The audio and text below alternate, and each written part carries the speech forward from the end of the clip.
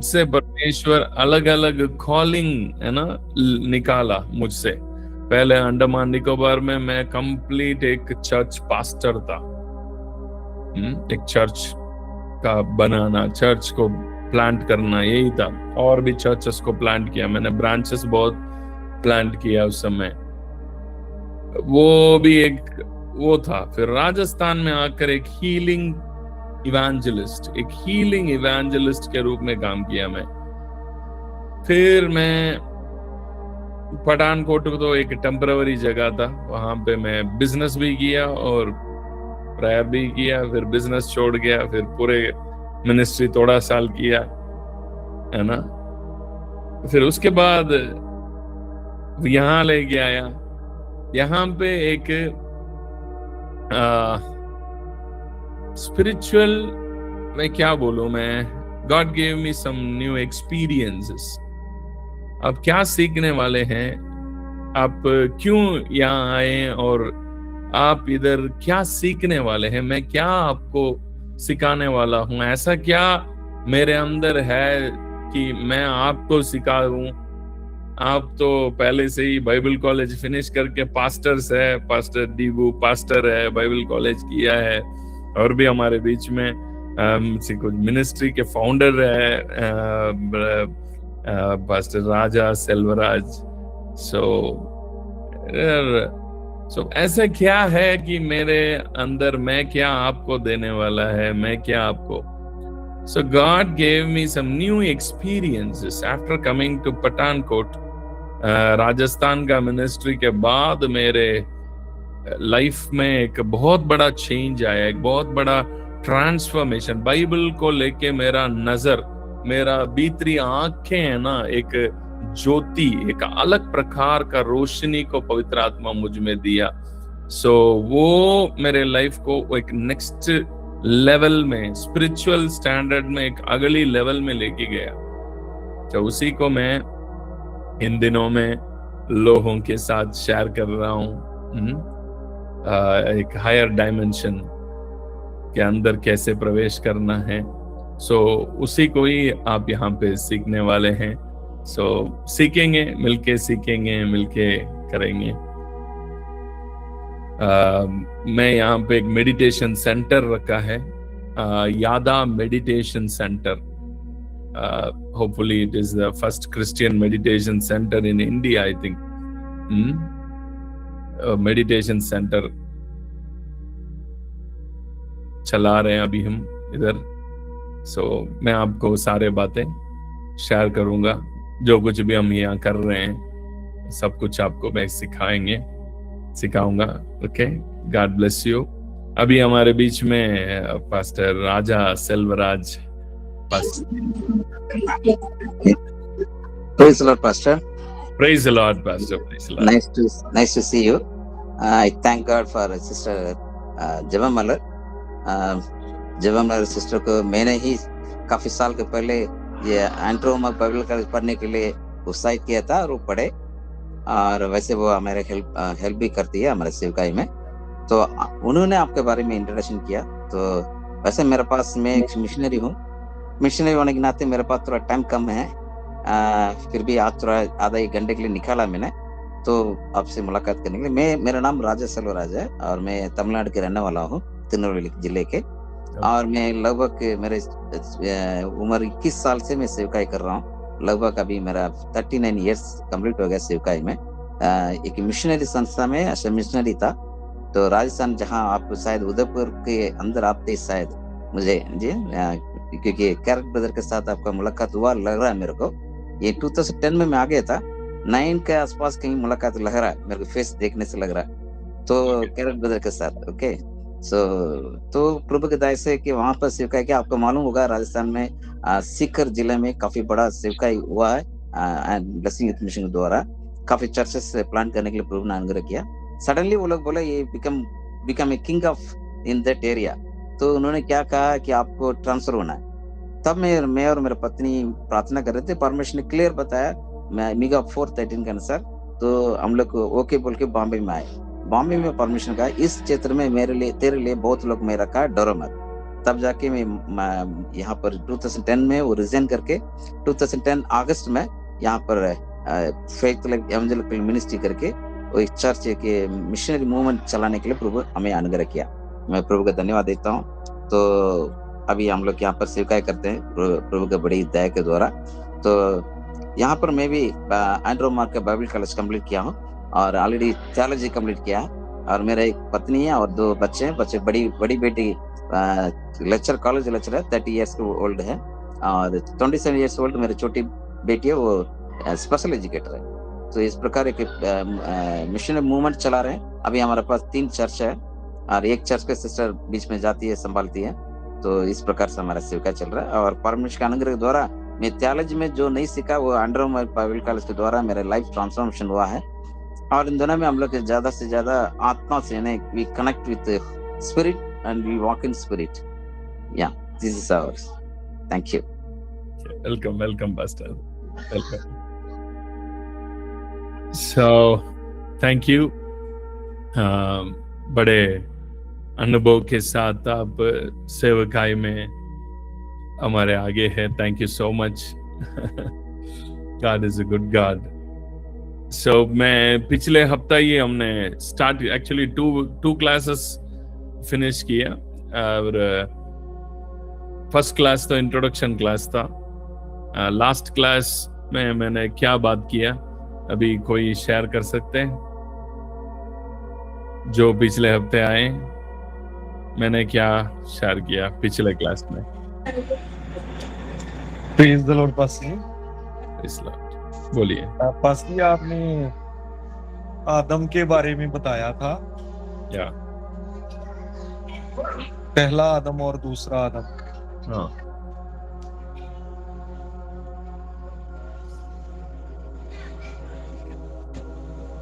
First Adam and second Adam.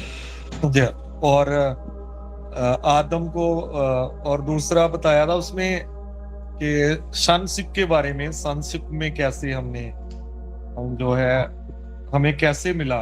और प्रभु यीशु मसीह का अगर पाप नहीं भी होता, जैसे सभी लोग बोलते हैं कि पाप हुआ तो तभी प्रभु यीशु मसीह को आना पड़ा। तो आपने एक डिफरेंट रेवलेशन डाला कि पाप ना भी होता तो तब भी प्रभु यीशु मसीह इस पृथ्वी पे आते। और ये परमेश्वर की जो है ना, ये उसकी जगत की उत्पत्ति से पहले उसकी योजना थी। या so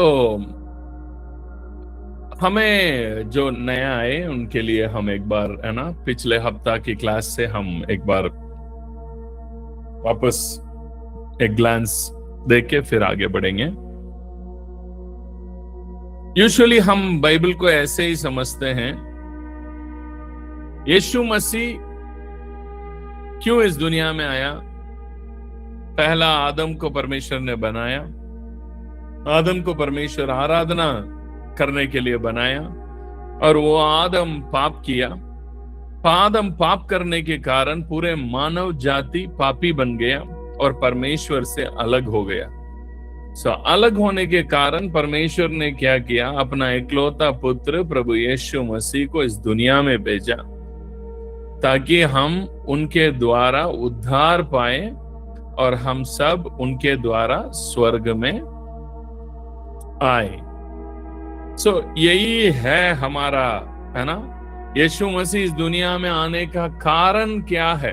what is the reason behind Jesus Christ इस दुनिया में आने का कारण क्या है? यीशु मसीह का रीजन क्या है? और क्रूस का रीजन क्या है? और यीशु का रीजन क्या है? यीशु मसीह का रीजन बोलने से हमें यही समझ में आता है कि यीशु मसीह हमें पाप से छुड़ाने आया। बस यही हमारे कंक्लूजन है। बट बाइबल, न्यू टेस्टामेंट में जब आप आएंगे, बाइबल सिर्फ ऐसा नहीं कहता है, न्यू टेस्टामेंट हमें यीशु मसीह पाप से छुड़ाने के लिए आया, ऐसा नहीं कहता है। बाइबल कहता है सनातन से पहले, कब? सनातन से पहले ही प्रभु यीशु मसीह के अंदर पिता ने हमें चुना है। वचन यही कह रहा है।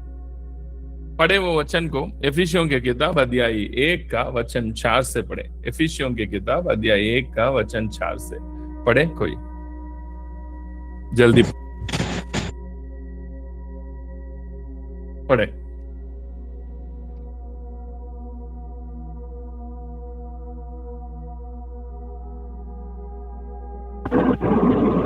जैसा उसने हमें जगत की उत्पत्ति से पहले उसमें चुन लिया कि हम उसके निकट प्रेम में पवित्र और निर्दोष हों। कब से चुना है? सनातन से पहले ही हमें चुना है, और सनातन से पहले ही हमें चुना है, और हमें किसमें चुना है? उसमें चुन लिया। उसमें कौन किसके बारे में बात कर रहा है? इट्स टॉकिंग अबाउट, वो बात कर रहा है यीशु मसीह के बारे में। यीशु मसीह में हमें सनातन से पहले यीशु मसीह में चुन लिया। यीशु मसीह में चुन लिया। क्यों? यीशु मसीह से थोड़ी इस दुनिया को परमेश्वर ने शुरू किया, बनाया। पहला आदम तो जो वाटिका में आया वही तो पहला इंसान है ना। उन्हीं के द्वारा तो पूरे मानव जाति इस दुनिया में आया। So first man according to the Bible, अगर आप देखा जाए, पहला मनुष्य तो आदम है। आदम के अंदर ही हम सबको देखना चाहिए ना। वो कौन है पहला मनुष्य? आप बताइए, कौन है पहला मनुष्य? Adam is the first man. Adam ही पहला मनुष्य जो वाटिका में आया। अगर परमेश्वर हम सबको देखना है, एडम के अंदर ही देखना चाहिए, क्योंकि एडम के अंदर ही, एडम को देख के परमेश्वर बोल रहा है, फूलो फलो और पृथ्वी को भर दो। फूलो फलो पृथ्वी को भर दो। ये जो आज्ञा परमेश्वर यीशु को तोड़ी दिया है, फूलो फलो और पृथ्वी को भरो बोल के। ये तो परमेश्वर ने दिया, एडम को दिया ना। अगर हम सबको परमेश्वर देखना है, इस एडम के अंदर ही तो देखना चाहिए ना, because he is the first man. उनके द्वारा ही, वो पहला आदम के द्वारा ही ये पृथ्वी में आज इतना सारे मानव जाति कहां से आया? दैट फर्स्ट मैन, पहला मनुष्य एडम से ही ये पूरे पृथ्वी में इंसान बना आया। तो परमेश्वर किसके अंदर चुनना चाहिए? हमें पहला एडम से ही चुनना चाहिए ना। क्यों परमेश्वर पहला एडम में नहीं चुना? वचन में साफ साफ लिखा है, क्या लिखा है? हमें सनातन से पहले किसमें चुना?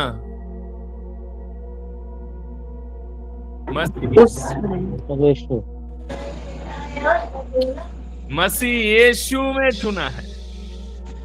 ओके, इन जीसस क्राइस्ट, यीशु मसीह में चुना है। इसका मतलब ये है एडम जो वाटिका में आया वो पहला मनुष्य नहीं है। He is not the first man. He is not the first one. अब उसके भी पहले एक और है। पास्टर जी आप क्या बोल रहे हैं? ये सब बाइबल में है क्या? आप कुछ ना कुछ कहानी सिखा रहे हैं। नहीं, रोमियो की किताब अध्याय 5 का वचन 14 पढ़े। रोमन से चैप्टर 5 वर्स 14 पढ़े। रोमियो की किताब अध्याय 5 का 14।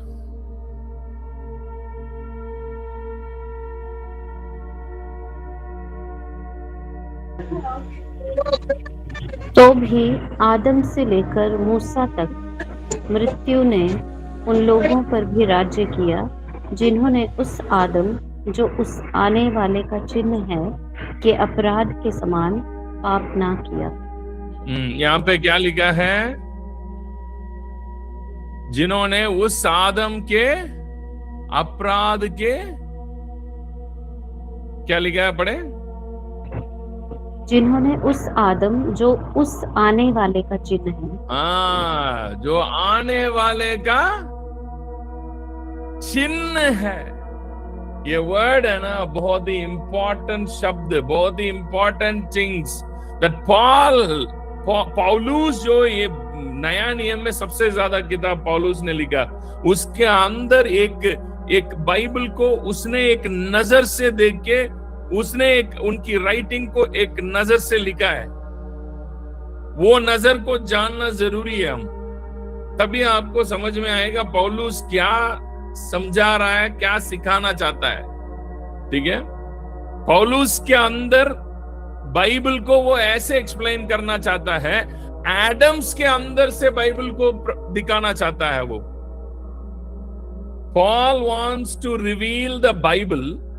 Paul wants to reveal the truth through Adams. दो एडम्स के द्वारा, दो एडम्स के अंदर से वो दिखाना चाहता है सब कुछ। वो क्या बोल रहा है यहाँ पे, जो वाटिका में आया है वो क्या नहीं है, कौन नहीं है? He is not the God. वहां ओरिजिनल, वो ओरिजिनल नहीं है, जो आने वाला का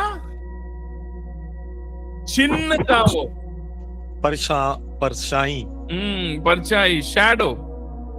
The Adam who came on the garden, in the garden, he was just a shadow. He was just a Xerox copy of the original Adam.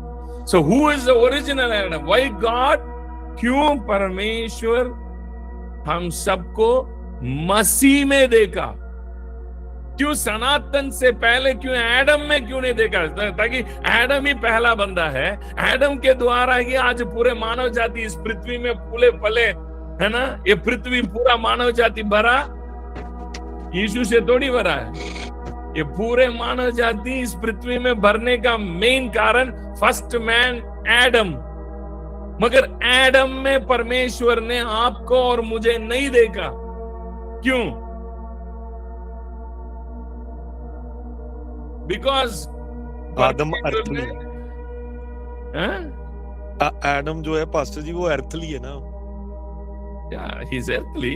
तो आ रहे में क्यों नहीं देखा? क्योंकि वहां पे उसके पहले ही एक और एडम को गॉड ने देख लिया। There was another Adam whom God had seen. And परमेश्वर को पता है यही है ओरिजिनल।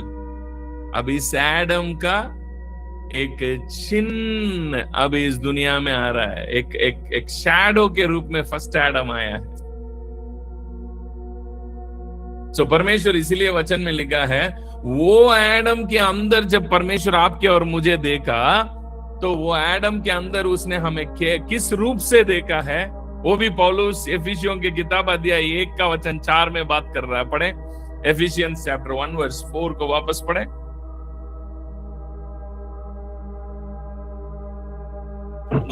जैसा उसने हमें जगत की उत्पत्ति से पहले उसमें चुन लिया है कि हम उसके निकट प्रेम में पवित्र और निर्दोष हों। उसमें हमें प्रेम में, हम उसके निकट प्रेम में पवित्र और निर्दोष हों। प्रेम में पवित्र और निर्दोष, निर्दोष हो।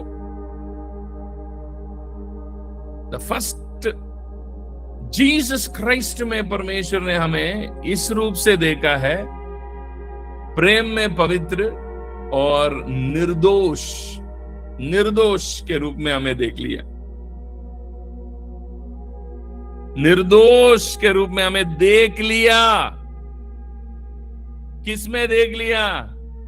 द ओरिजिनल एडम में देख लिया। ओरिजिनल एडम में हमारे रूप को उन्होंने कौन सी रूप में देख लिया? प्रेम में पवित्र और निर्दोष के रूप में हमें उन्होंने देख लिया। अब ऐसा हमें पहले से ही उन्होंने ऐसे रूप में देख लिया, मगर ये एडम जो यहां पे आया ना, परीक्षा, जो शैडो, जो चिन्ह, जो पहला आदम यहाँ पे जो वाटिका में जो आया, जो पृथ्वी में जो पहले आया, ठीक है, पृथ्वी में जो पहले आया ना, वो एडम हमें पापी बना दिया, हम सबको पाप के वश में लेके चला गया और हम सबको पाप की गुलाम बना दिया। मगर गॉड हैज ऑलरेडी वो एडम में देख लिया, ये एडम में नहीं। कितने लोगों को बातें समझ आ रहा है?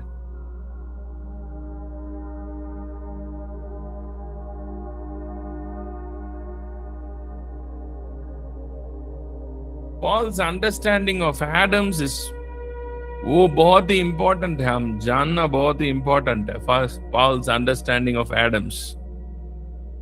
अगर एडम समझ में नहीं आया ना, फिर हमें बहुत सारी बातें बाइबल में कंक्लूड ही नहीं हो सकता, आपको कंक्लूजन ही नहीं आएंगे। आप बहुत सारी वर्सेस है ना, आपको समझ में नहीं आएगा, आप अवॉइड कर दोगे उन वचनों को, या आप अपनी हिसाब से वो वचनों को है ना मीनिंग देना शुरू करना पड़ेगा आपको। सो एडम्स को उन्होंने समझा रहा है, पहला आदम जो इस दुनिया में जो पहला आया, वो शैडो ही पहले आया और वो हम सबको पापी बनाया। और गॉड ने, फादर ने आपको और मुझे सनातन से पहले उस एडम के अंदर से देखा जो जीसस क्राइस्ट, इन जीसस, ठीक है, प्रेम में पवित्र और निर्दोष, निर्दोष, निर्दोष। अब इसने हमें क्या बना दिया? पूरे मानव जाति को पापी, पापी बनाया। बट पापा ने सनातन से पहले ही आपको कैसे देख लिया? उस एडम में पवित्र और निर्दोष, पवित्र और निर्दोष देख लिया। अब वो आपको पवित्र और निर्दोष बनाने के लिए, पवित्र और निर्दोष बनाने के लिए, ठीक है, इस दुनिया में उनको आना ही है। अगर ये आदम पाप में नहीं गिरा तो भी यीशु मसीह आना ही है, क्योंकि ये तो शैडो है। वचन साफ साफ कह रहा है, ये तो क्या, ये कौन है? ये सिर्फ चिन्ह है। ये चिन्ह है तो ओरिजिनल तो आना ही है ना। अगर ओरिजिनल एडम नहीं आया तो फिर क्या करने को, फिर वो ओरिजिनल है, फिर तो यही ओरिजिनल है। अगर एक मूवी रिलीज हो रहा है, वो मूवी रिलीज होने के पहले ट्रेलर रिलीज होता है, सिर्फ ट्रेलर देख के, ट्रेलर ही आपको ओरिजिनल लग रहा है तो बेकार है। ओरिजिनल मूवी है तभी तो ट्रेलर आ रहा है। अगर वो मूवी है ही नहीं है तो ट्रेलर क्यों आएगा? अगर ये आने के बाद अगर वो मूवी नहीं आ रहा है, ओरिजिनल नहीं आ रहा है, तो किस काम की है ये? फिर तो ये ओरिजिनल है ही नहीं ना। कितने लोग अभी जो बातें बोला ये समझ में आया? फिर तो वो ओरिजिनल है ही नहीं है। अगर वो नहीं आया, आदम पाप में गिरा या ना गिरा, उससे कोई लेना देना ही नहीं है यीशु मसीह का आने में। यीशु मसीह तो आना ही है, क्योंकि he is the real Adam. जो वाटिका में आया वो आने वाला का चिन्ह है। ये शब्द को समझना बहुत जरूरी है। आने वाला, ये आने वाला तो ये पाप में गिरे ना गिरे तो भी आने वाला ही है। इसलिए वचन ऐसे बोल रहा है, आने वाला का चिन्ह है वो। समझ गए?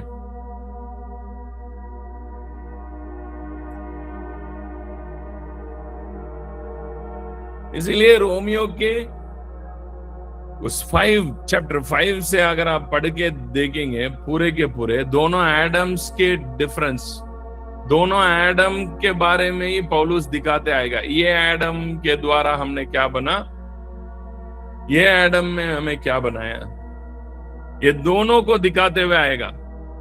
पढ़े अगले अगले वचन पढ़े, वचन 15 से पढ़े, रोमियो की किताब अध्याय 5 का वचन 15 से पढ़े। पर जैसे अपराध की दशा है वैसी अनुग्रह के वरदान की नहीं, क्योंकि जब एक मनुष्य के अपराध से बहुत लोग मरे तो परमेश्वर का अनुग्रह और उसका जो दान एक मनुष्य के अर्थात यीशु मसीह के अनुग्रह से हुआ, बहुत से लोगों पर अवश्य ही अधिकाई से हुआ।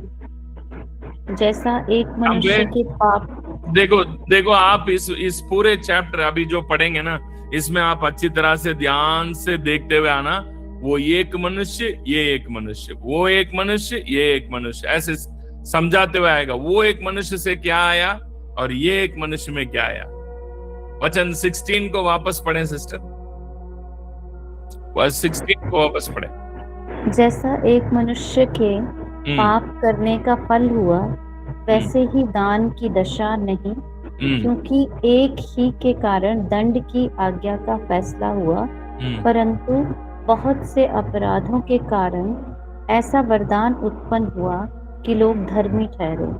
क्योंकि जब एक मनुष्य के अपराध के कारण मृत्यु ने उस एक ही के द्वारा राज्य किया, बस तो जो अभी हमने क्या पढ़ा, सभी आप अपने बाइबल खोलो, सब अपने बाइबल खोल के सब एक एक वचन में उस एक ही के द्वारा और इस एक ही के द्वारा, उस एक ही के द्वारा, इस एक ही के द्वारा, वो 2 एडम्स में क्या आया इस दुनिया में, वो 2 एडम के द्वारा क्या हुआ और क्या आया इस दुनिया में, उस एक ही के द्वारा क्या आया, खोलकर बताइए आप लोग।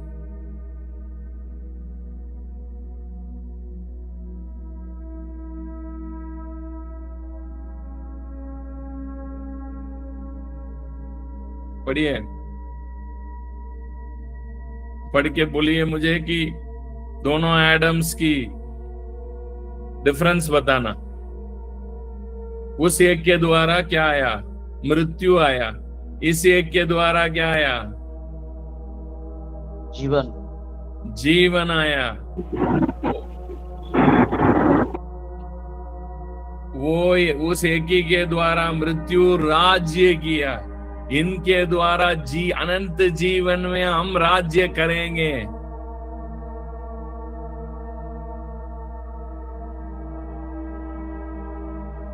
आगे पढ़ते पढ़ते एक एक वचन आगे पढ़ना। अभी अगले वचन पढ़ना, अब अगले वचन पढ़िए।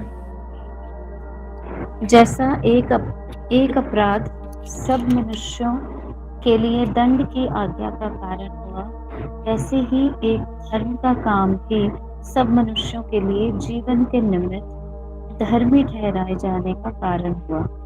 सिस्टर आपका ऑडियो है ना बहुत गूंज रहा है, बहुत फट रहा है, आपके पीछे फैन चल रहा है क्या? हाँ, मैं बंद कर देती हूँ। बहुत आवाज आ रहा है, इससे ना वचन समझ में नहीं आ रहा। बाहर उस तरफ मेला लगा है, वहाँ शोर हो रहा है, इसके पास ओके उसकी भी आवाज आएगी। एक बार मैं पढ़ के देखती हूँ, अगर नहीं है तो फिर कोई और पढ़ता है। इसलिए जैसा एक अपराध सब मनुष्यों के लिए दंड की आज्ञा का कारण हुआ, वैसे ही एक धर्म का काम भी सब मनुष्यों के लिए जीवन के निमित्त धर्मी ठहराए जाने का कारण हुआ। क्योंकि बस ये वचन में क्या आया, वो एक के द्वारा सबके ऊपर क्या आया, दंड की आज्ञा।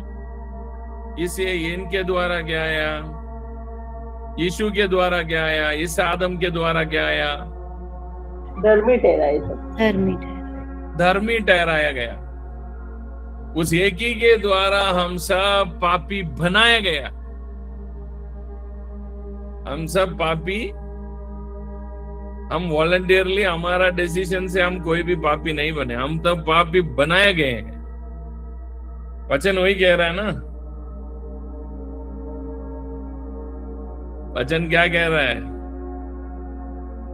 हम यहाँ पे पापी बन के जीने का फैसला हमारा थोड़ी है, हमें पापी बनाया गया है। वैसा ही परमेश्वर ने हम सबको धार्मिक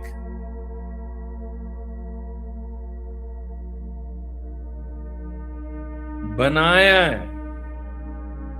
He made you and me righteous. हमें धार्मिक बनाया है। Okay. Through that one man, we all became sinner. Through this one man, हम सब धार्मिक बने। आगे बढ़े।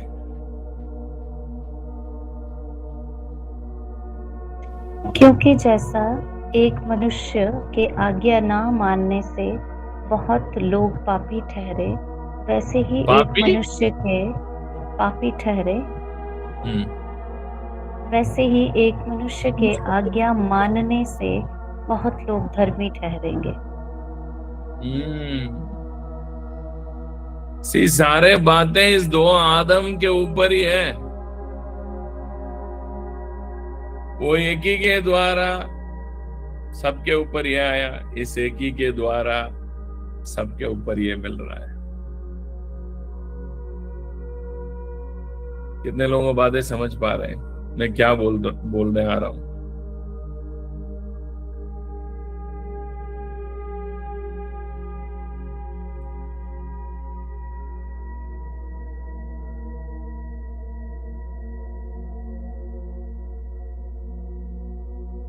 अगर आपको एडम्स के उस नजर से अगर आपको समझ नहीं पा रहे, आप समझने, आपको पूरे बाइबल है ना समझ में नहीं आएगा। यीशु मसीह क्रूस में मरा, मैं पाप तो मैं किया, गुनाह तो मैंने किया, यीशु मसीह मरा तो मेरा पाप कैसे क्षमा होगा?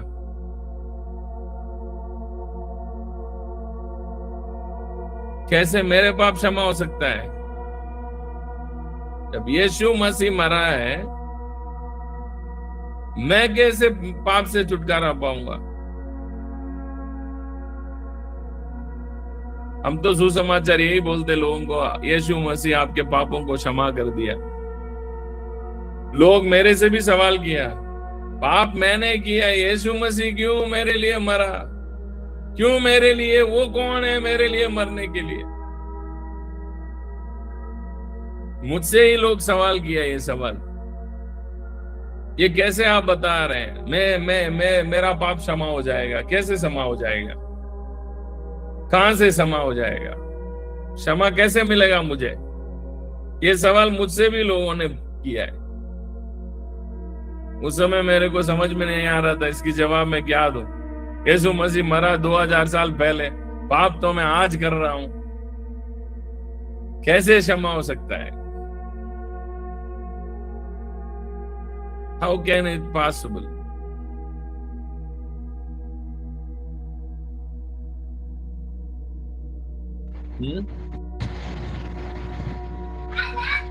बस जी इसलिए कि जैसे आदम के द्वारा भी हम पढ़ रहे हैं, आदम के द्वारा जैसे हम सब पापी हो जाते हैं, तो प्रभु यीशु मसीह के द्वारा हम सब धर्मी हो गए। तो क्यों उसने, जो हमने पहले पढ़ा था, उसने हमें पवित्र और निर्दोष ठहराया। तो जैसे उसमें सब मरते हैं तो यहाँ पर अनंत जीवन आता है। तो जो लास्ट एडम, जो प्रभु यीशु मसीह जो जीवनदायक आत्मा बना, तो उसको, उस आत्मा को अपने जीवन में लेने के द्वारा हम धर्मी बन जाते हैं। वही है जो यीशु मसीह इज एडम, जो आदम है ना, उनके साथ जो भी होता है वो पूरे मानव जाति के साथ हो जाता है। अगर वो आदम ने फल खाया तो हम सब पापी हो सकता है। ये आदम जब मरा तो हम भी मरे। बाइबल इसी को ऐसे ही कंक्लूड करता है। जब वो पापी वो पाप में जाते हैं तो हम भी पापी ठहराया गए। वचन में साफ साफ लिखा है, उस एक ही के द्वारा हम सब पापी ठहराया गया।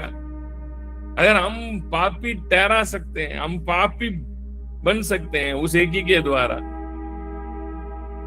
जब उसने मृत्यु की उस दंड की आज्ञा, उस दंड में जब वो गया तो हम भी उनके साथ साथ जा सकता है। तो जब ये आदम मरा तो हम भी मरे।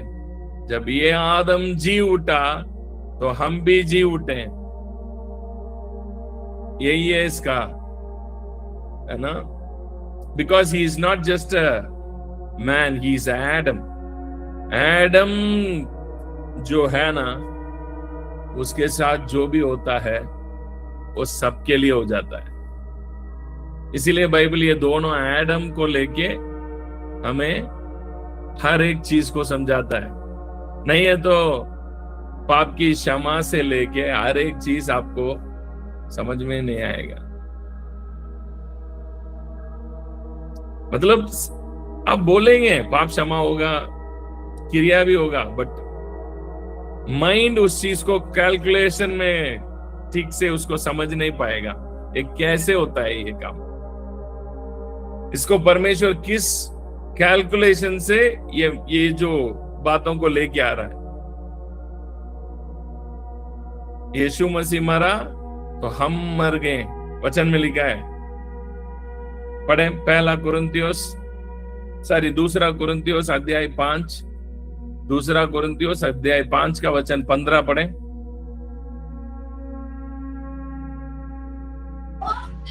और वह इस निमित्त सब के लिए मरा कि जो जीवित हैं वे आगे को अपने लिए ना जिए, परंतु उसके लिए जो उनके लिए मरा और फिर जी उठा। उसके पहला वचन पढ़े सिस्टर। क्योंकि मसीह का प्रेम हमें विवश कर देता है, इसलिए कि हम ये समझते हैं कि जब एक सब के लिए मरा तो सब मर गए। सब मर गए। कैसे सब मर गए? एक मरा तो सब कैसे मर सकते हैं? क्योंकि जो मरा है ना वो साधारण नहीं है, वो एडम है। जब एक सबके लिए पाप कर सकता है, सबको पापी बना सकता है, क्योंकि वो एडम था।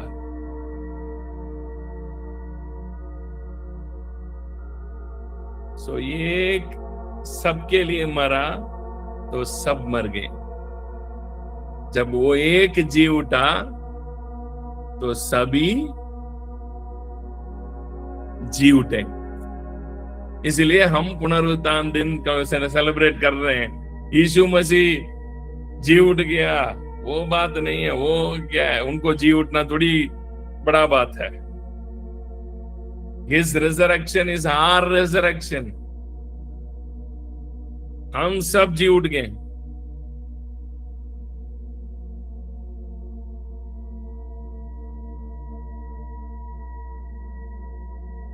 कितने लोगों को बातें समझ आ रहा है? करेक्ट।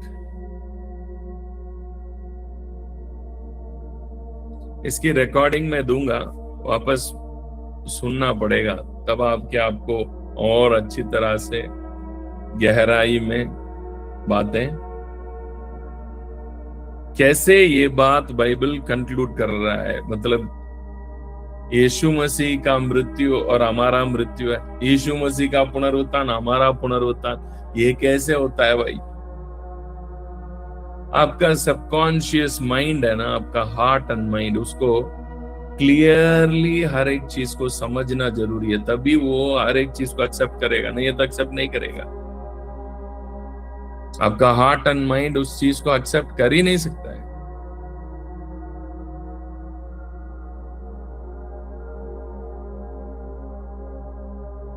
सो एडम्स से आपको बाइबल को देखना पड़ेगा। और यीशु मसीह आदम जो आने वाला का चिन्ह था, जो वाटिका में आया। सो आने वाला था, ये पहले से ही आने वाला है। जो पहले आया वाटिका में, ये तो चिन्ह था। चिन्ह ने जो किया है वही इतना प्रभाव यहां पे कर सकता है। तो ओरिजिनल के द्वारा, ओरिजिनल के द्वारा जो पिता ने प्लान किया है वो जरूर पूरा होगा।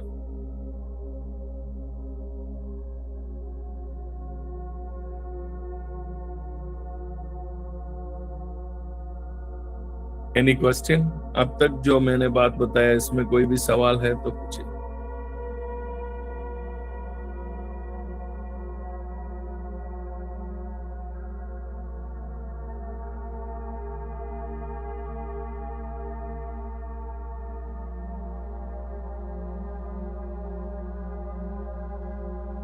Any question?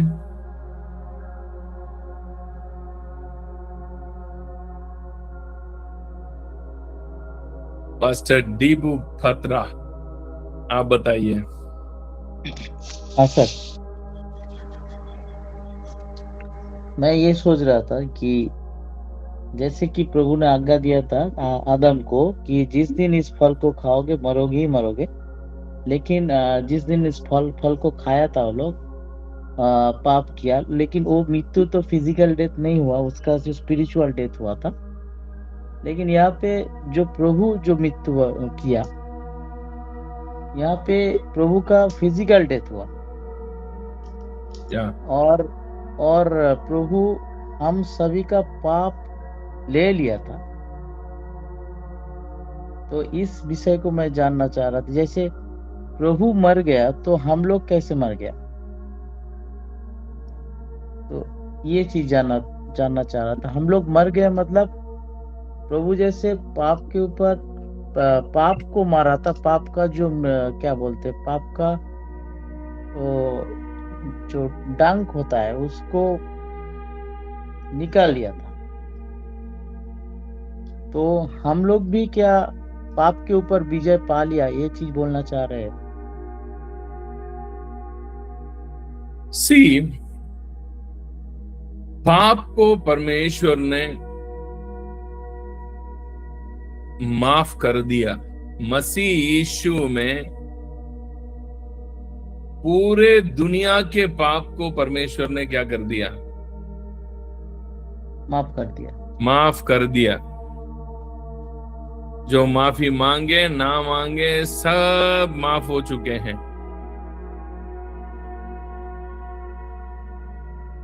सबकी माफी हो गया। ऐसा कोई नहीं है इधर कि जिनके पाप अभी तक माफ नहीं हुआ है। इन क्राइस्ट सबके पाप माफ हो चुका है। पाप का आपने जो शब्द यूज किया, पाप का ढंग, है ना? पाप का ढंग को तोड़ दिया है ना?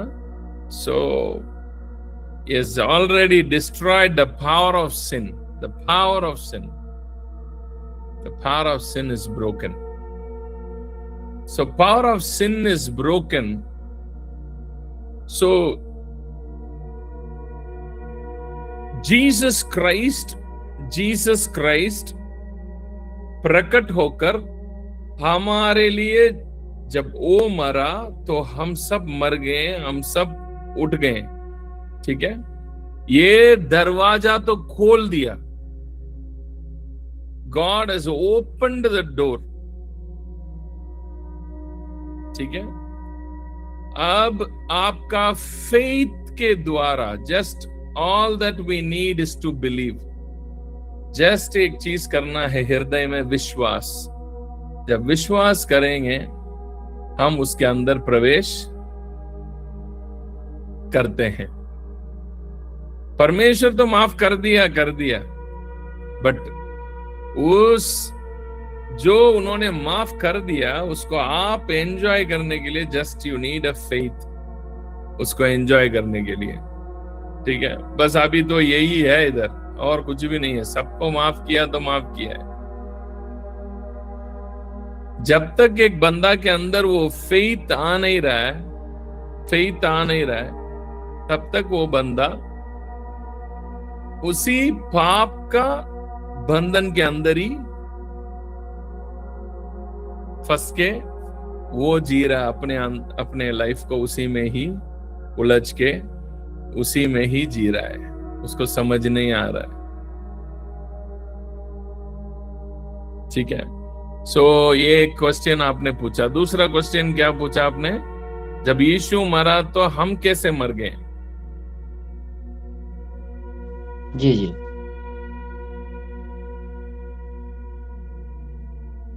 जब वो आदम फल खाया, भले और बुरे का ज्ञान का फल को खाया, उसी दिन उसका अंदर मृत्यु राज्य करना शुरू कर दिया। उसका बॉडी में भी राज्य करना शुरू कर दिया। शायद वो तुरंत मरा नहीं है, बट मृत्यु तो उसी दिन से ही उसके अंदर, उसका हृदय, मन, शरीर, प्राण, सबके ऊपर राज्य उसी दिन से करना शुरू कर दिया। डेथ बॉडी में प्रकट हुआ 900 साल के बाद आदम में, बट एडम के अंदर मृत्यु का राज्य, मृत्यु का राज्य, इसीलिए हम वो वचन में पढ़ रहे हैं, उस एक ही के द्वारा मृत्यु राज्य कर रहा है। वो राज्य जो है उसी दिन आ गया एडम के अंदर। ठीक है, वो बॉडी में भी उसी दिन ही आ गया, बट बॉडी में वो डेथ प्रकट होने के लिए 900 साल लिया उसने, क्योंकि मृत्यु के बारे में उस बंदे को पता ही नहीं है। कैसा मरेगा एक बंदा, आप ही बताओ। जब आपको पता ही नहीं है मृत्यु यही होता है, मरेंगे कैसे?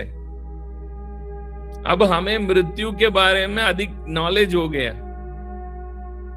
हमें पता है 40 साल आने के बाद हम ही तैयार हो जाते हैं मृत्यु के लिए, रेडी हो जाते हैं। हाँ ठीक है, कभी भी जा सकता हम।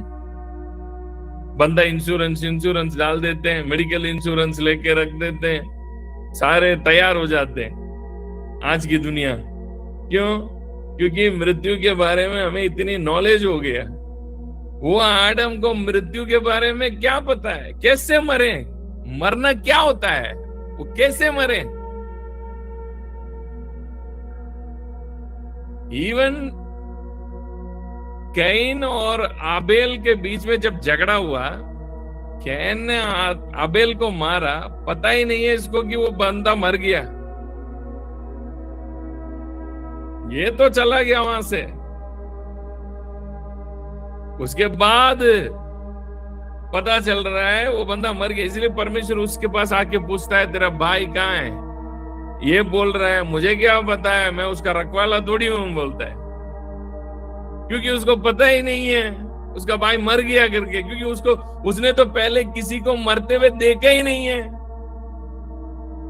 कितने लोगों को बातें समझ आ रहा है? जी जी जी। बस जब एक बंदा मृत्यु को देखा ही नहीं है तो वो बंदा कैसे दूसरे को मार सकता है?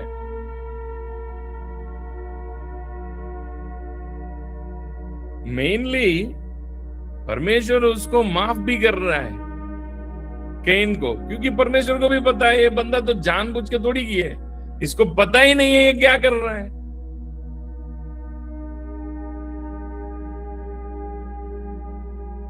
सो मृत्यु एडम के ऊपर राज्य करना शुरू कर दिया, उसी दिन से राज्य करता था।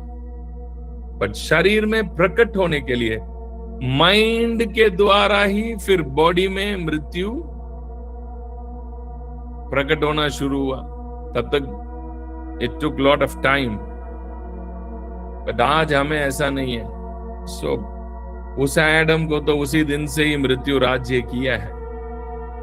ठीक है, अब यीशु मसीह के पास आते हैं। जब यीशु मरा तो हम भी मरे। ठीक है, ये बात कौन सी मृत्यु के बारे में बात कर रहा है? यीशु मरा तो हम भी मर गए। बताइए, आप में से कोई भी एक जन बताओ। यीशु मरा तो हम भी मर गए, हम तो शरीर में जिंदा है। पास्टर जी यही पूछ रहा है, यीशु तो शरीर में मरा ना।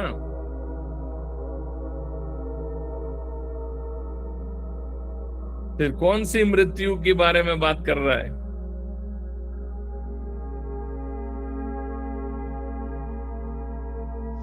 हमारा जो सोल में जो आई एम है, उस मृत्यु के बारे में। हम सब मर गए, हम उसके अंदर, मतलब हमारे पुराने मनुष्य, तो वो ओल्ड मैन, वो पुराने आदम हमारे अंदर जो है, बाइबल यही कहता है ना, पुराने मनुष्यत्व को खोल कर नया मनुष्यत्व को पहन ले।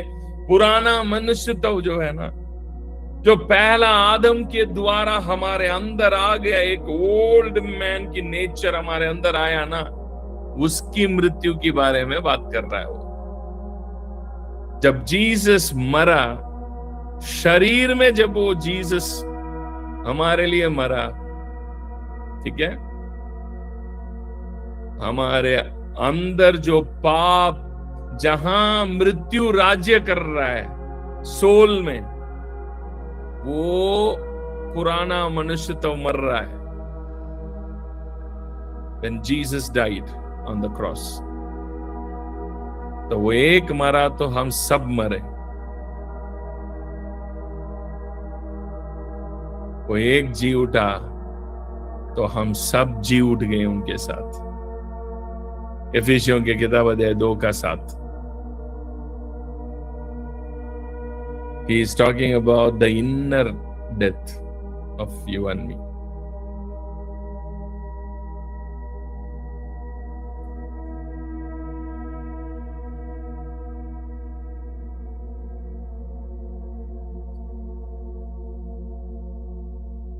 ठीक है, और कोई सवाल है? पास्टर जी, फिर हमारा हिंदू भाई और मुस्लिम भाई जितने लोग भी हैं जो मसीह को जानते नहीं है, या जो जिन लोगों ने मसीह को रिजेक्ट कर दिया, तो उन लोगों के लिए भी क्या उद्धार दे दिया गया है? यानी salvation is given for everyone. Salvation सभी को दे चुके हैं ऑलरेडी।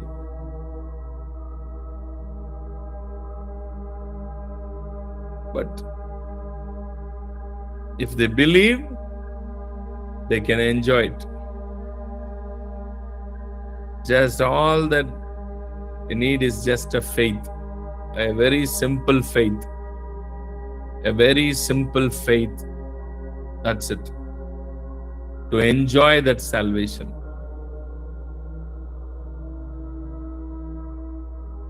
उनके हृदय में एक छोटी सी विश्वास।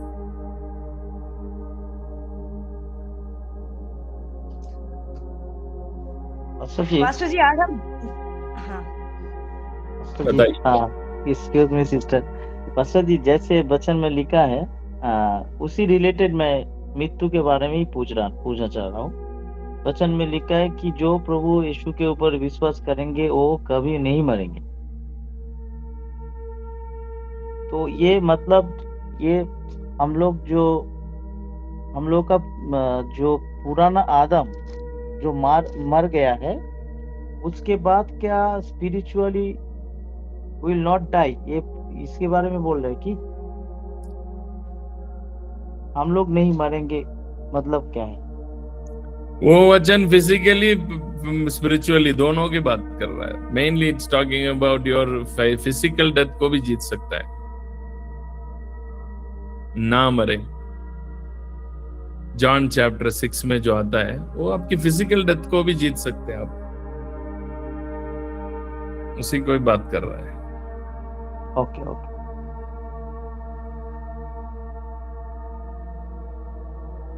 सिस्टर जबमलर सिस्टर, आप कुछ बोलने आया था?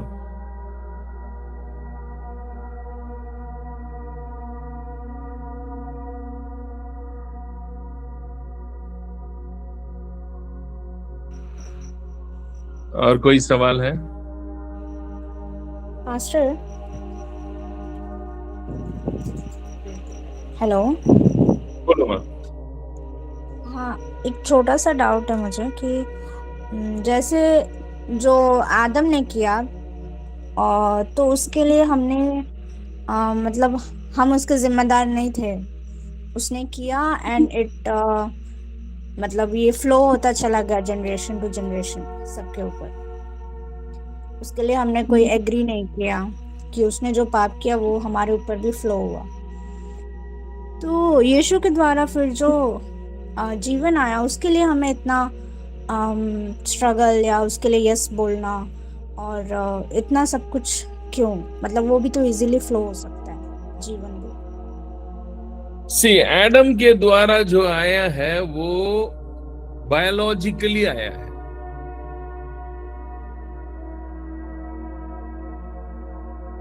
एडम के द्वारा जो हमें मिला है that is an biological inheritance.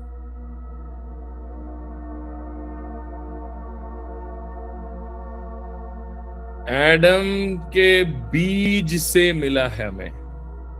इस दुनिया में आज कितने भी बंदे हैं, सभी आदम का बीज ही है। सबके अंदर आदम का बीज ही है। ये जो कुछ भी आदम से मिला है सब कुछ बीज से मिल गया। बीज जो है वही आज हम सबके अंदर है। It's all we inherited through the seed. उसके अंदर की फिजिकल सीड, earthly seed से आया है। ठीक है? सो इनहेरिटेंस फिजिकली हमने पहला हम सब इस दुनिया के हैं फर्स्ट एडम में। फेथ जो है, एक बंदा फेथ के द्वारा ही अनंत जीवन में प्रवेश करने का मार्ग, अनंत जीवन जो है वो अलग ही मैटर है। अनंत जीवन में आना मैटर ही कुछ और है। ठीक है? अनंत जीवन को आप समझना अलग है। ठीक है? उसको आप अलग ही समझना पड़ेगा। अगर आदम पाप भी नहीं किया तभी पूरे मनुष्य विश्वास के द्वारा ही किसमें प्रवेश करना पड़ता था? अनंत जीवन में प्रवेश करने का तो मार्ग फेथ ही है। Only through faith entering into the eternal life. Eternal life is another chapter. Forgiveness is a different thing. Eternal life is another thing. पाप की क्षमा अलग है, अनंत जीवन अलग है। अनंत जीवन is totally different, making you a heavenly species. That you are becoming that you are entering into the Zoe realm. You are becoming a Zoe man. आप एक जोए व्यक्ति बन रहे हैं, वो अलग है। अनक्रिएटेड रलम की उस के ज्ञान में आप आगे बढ़ रहे हैं, वो अलग है। ये सब मैंने पिछले हफ्ता समझाया था, याद है?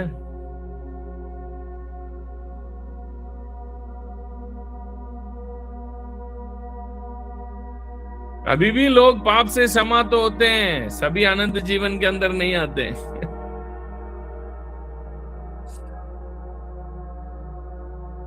आपकी क्षमा प्राप्त करते हैं, सभी अनंत जीवन में आ गया क्या? अनंत जीवन का ज्ञान आ गया क्या सब में? आप ही देखो दुनिया में लोगों को, चर्च में जो आते हैं, ये सबके अंदर अनंत जीवन की ज्ञान थोड़ी आ गया। सभी लोग मरने के लिए वेटिंग में है, मर के हम जाएंगे अनंत जीवन में। अनंत जीवन मर के जाने वाली थोड़ी चीज है। अनंत जीवन जीते ही हमें मिलने वाली एक ज्ञान है, वो जानना है। वो पास्टर जी, बिना कलीसिया के अंदर इतना फेथ नहीं है कि हम जीते जी अनंत जीवन जी सकते हैं, यानी हमेशा हमेशा के लिए हम जी सकते हैं गॉड काइंड ऑफ लाइफ। वो कलीसिया में वो फेथ नहीं है, तो इसके वजह से ये सब प्रॉब्लम हो रहा है ना। अनंत जीवन का मतलब सिस्टर ये भी नहीं है जो आपने बताया कि हम सदा सदा जीवित रहे हैं वही अनंत जीवन, ऐसा नहीं है।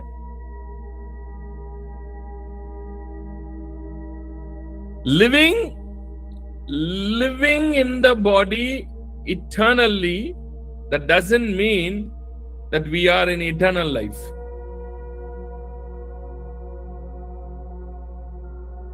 That means जब तक चाहे तब तक रह सकते हैं।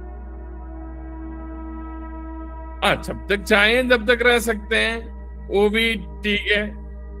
बट मैं क्या बोल रहा हूं, अनंत जीवन में जीना, आपका जो अंदर की मनुष्य, भीतरी मनुष्य, completely it becomes the heavenly divine family का हिस्सा बनना।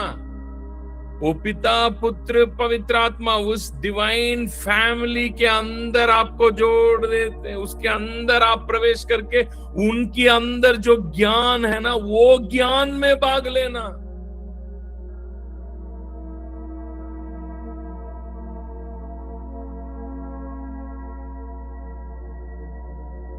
लिविंग जस्ट, हम कितने दिन जीना इस दुनिया में, बस जी रहे हैं, वो भी बड़ी बात नहीं है, वो तो जी लेंगे। पास्टर जी, लेकिन आखिरी शत्रु मृत्यु है, ऐसा लिखा है ना। आखिरी शत्रु मृत्यु है। मृत्यु को जरूर जीतना है, वो तो मैं मना नहीं कर रहा हूं, बट मैं ये कह रहा हूं उस ज्ञान में आगे बढ़ना ही, उस ज्ञान जानना ही अनंत जीवन है। पास्टर जी, जॉन 17:3 में जो लिखा है उसी के बारे में बोल रहे हैं? यस, जानना ही अनंत जीवन है। जानते रहना जरूरी है, वो जानना, उनकी Father, Son and the Holy Spirit, उनकी ट्रूथ को जानना है, वो ट्रूथ रिलम में ट्रूथ को अंडरस्टैंड करना है। उनकी ज्ञान को वो हमारे साथ बांटते हैं। हमारे हार्ट एंड माइंड में रेवलेशन का लाइट प्रकाशन होता है।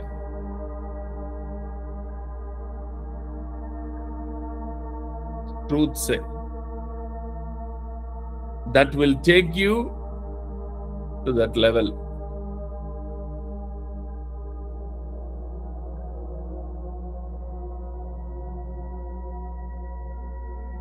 आखिरी शत्रु मृत्यु है, जरूर। और कोई सवाल है तो पूछिए, टाइम भी बहुत हो गया। बस ये एक सवाल पूछ सकता हूँ? या पूछिए। जैसे पासी, जब हम लूका का 3 चैप्टर हम पढ़ते हैं, तो वहां पर यीशु मसीह की वंशावली के बारे में बोला गया है। तो वहां पर सबके बारे में बोला गया कि प्रभु यीशु मसीह इसका पुत्र है, इसका पुत्र है। तो अंत में लिखा हुआ है कि वो 38 वर्ष में, 3 का 38 में, और वे अनोश का, और वे सेत का, और वे आदम का, और वे परमेश्वर का पुत्र था। तो आदम का कैसे पुत्र था प्रभु यीशु मसीह पास जी? क्योंकि उसका जन्म तो आत्मा के द्वारा हुआ था ना। बाकी जो लोग हैं, जैसे मिट्टी से, मतलब जो है ना, आदम मिट्टी से पैदा हुआ, तो बाकी जो है मनुष्य के द्वारा जो है पैदा हुए, मतलब जो है इंसान के द्वारा। पर प्रभु यीशु मसीह आत्मा के द्वारा पैदा हुआ, तो आदम का पुत्र कैसे हुआ? प्रभु यीशु मसीह आदम का पुत्र नहीं लिखा वहां पे, कहां लिखा ऐसा? यीशु मसीह आदम का पुत्र कहां लिखा है? ये देखिए ना बासी, वहां पर लिखा है वे अनोश का, वे सेत का, और वे आदम का, और वे परमेश्वर का पुत्र था। हाँ, आदम परमेश्वर का पुत्र था। वो आदम किसका पुत्र है? समझ आ रहे हैं? वो वचन ये नहीं बोल रहा है, ये मतलब वहां पे यीशु के नहीं बता रहा है यीशु किसका पुत्र है, वैसा नहीं। एडम किसका पुत्र है? एडम कहां से आया? एडम परमेश्वर के द्वारा आया, उन्होंने ही उनको बनाया, सो परमेश्वर का पुत्र है। वो वचन ऐसे कंक्लूड कर रहा है। सर वो मतलब यीशु मसीह की वंशावली के बारे में बात कर रहा है ना कि आदम की वंशावली के बारे में बात कर रहा है। हाँ, यीशु से शुरू करके नीचे नीचे नीचे आके ऐसे बता के आएगा। आप उसको अच्छा से पढ़ना वचन को, है ना। यीशु यूसुफ का पुत्र है, फिर धीरे धीरे धीरे धीरे ऐसे आते रहेगा, लास्ट में आदम तक लेके आएगा, यीशु से लेके आदम तक। फिर आदम किसका पुत्र है? आदम परमेश्वर का पुत्र है। जीनियोलॉजी ऐसे पीछे से आ रही है, यीशु से लेके आदम तक।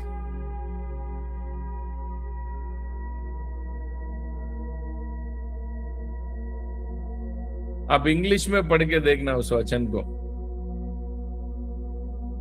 शायद आप हिंदी में कंफ्यूज हो रहे हैं, बट इंग्लिश में आप इस वचन को पढ़ के देखेंगे, आपको अच्छी तरह से पता चलेगा। एडम सन ऑफ गॉड आएगा वो वचन।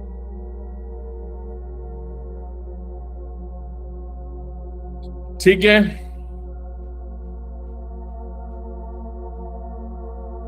और कोई सवाल है? नहीं है तो फिनिश करते हैं आज हम। ठीक है।